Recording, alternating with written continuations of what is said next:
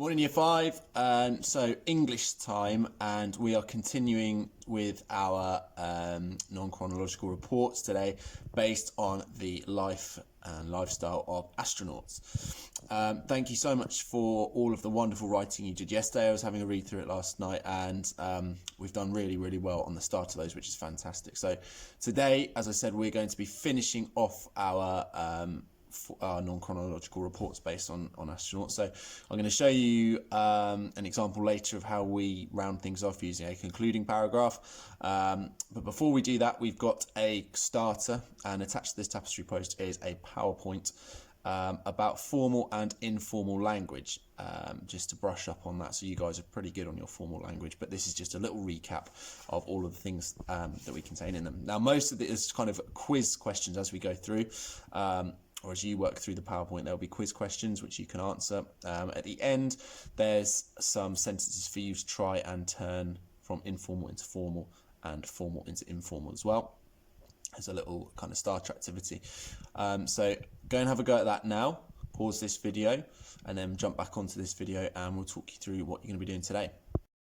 Okay, if I hope the formal and informal PowerPoint was good fun. There's some good examples in there of both types of writing. So yesterday, obviously, we were starting our writing, and I showed you how to go from turning bullet-pointed notes and plans into a full-blown piece of writing. Now, I'll attach this plan and the example first couple of paragraphs that I wrote to this tapestry post, but today I just wanted to focus on the conclusion and how to round off the writing, okay, because I had some questions about that. So this is the part where we just bring the writing to a close. So hopefully your plans, your second, third, and if you've chosen to do it, fourth paragraph of writing, of planning, should be fairly easy to turn into writing, because we looked at how to do that yesterday, how to build on these bullet points to turn it into a fully fledged piece of writing. So what I'm going to do now is just show you an example of how we finish off our writing in a conclusion. So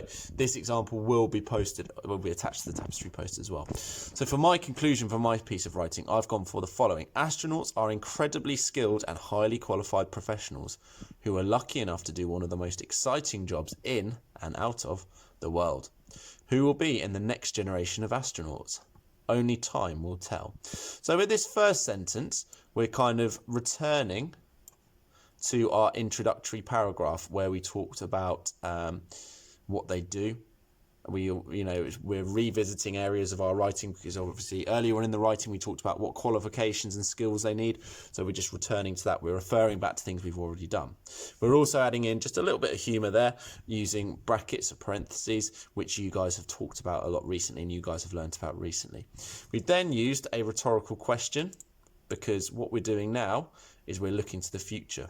We've given our non-chronological report We've talked in our non-chronological report about everything that astronauts do today and what's happening now. So now we're kind of looking ahead to the future, and then we're rounding off with a short sentence to finish. Now that is just one way of doing a concluding paragraph. Like I said, they don't need to be really long. They only need to be 2, 3, 4 sentences max. Okay, so a concluding paragraph is just a way of bringing your writing to a nice satisfactory ending, and bringing everything together. So in a way, what you need to make sure that you're doing is, with at least one of your sentences, you need to refer back to something that you've written about earlier on in your writing. Okay, so fairly nice and simple this morning, Year 5.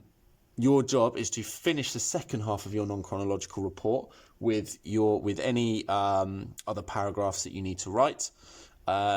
And then you're going to write a concluding paragraph just to round things off nicely. Okay, so I'm going to attach to this tapestry post the success criteria again that I put on yesterday to help you, to guide you. Now, when you finish your writing, what you need to also do is you need to check back on your writing based on the success criteria. So you need to think, have I written formally throughout? Have I used subject-specific paragraphs? Go and check through really carefully, and if you're able to print off one of the success criteria, you can tick it off as you go, or you can put a little cross by it in the Word document if that's easier. Okay, so that's your task for today then, Year 5, to get these non-chronological reports finished and to get them checked off against success criteria as well. As always, any questions that you've got, pop them on Tapestry for us, and please do upload your writing when you finish, because we'd love to see it. Good luck, Year 5. Look forward to reading these later.